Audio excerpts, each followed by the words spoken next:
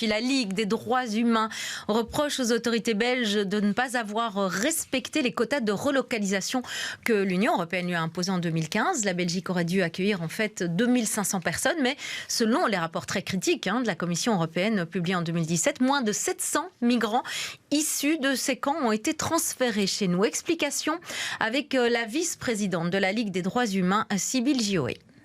L'État belge sciemment refuse d'exécuter ses obligations internationales en matière de droits humains. On le voit aujourd'hui avec la crise de l'accueil à Bruxelles, où de nombreux demandeurs d'asile ne sont plus accueillis en Belgique, ce qui est totalement illégal du point de vue du droit international des droits humains. Mais on le voit aussi avec la crise des réfugiés syriens en 2015, où il y a eu un afflux massif de réfugiés syriens, et où l'Union européenne a décidé de prendre des mesures de solidarité en répartissant les demandeurs d'asile entre tous les États de l'Union européenne.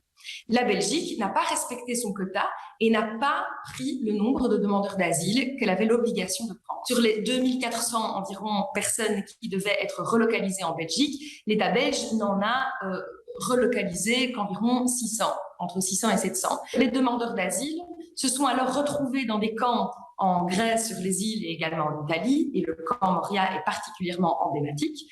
Et ces camps sont devenus surpeuplés avec des conditions dramatiques de vie. Par exemple, impossibilité d'avoir une hygiène correcte, difficulté d'accès à l'eau, impossibilité de se nourrir correctement. Mais nous demandons aussi de manière très concrète que l'État belge prenne les réfugiés qu'ils ont laissés sciemment pourrir dans le camp et, deuxièmement, que l'État belge s'engage à respecter à l'avenir non seulement le droit international des droits humains en ce qui concerne les réfugiés, mais également les décisions de l'Union européenne qui s'imposent à lui en cette matière.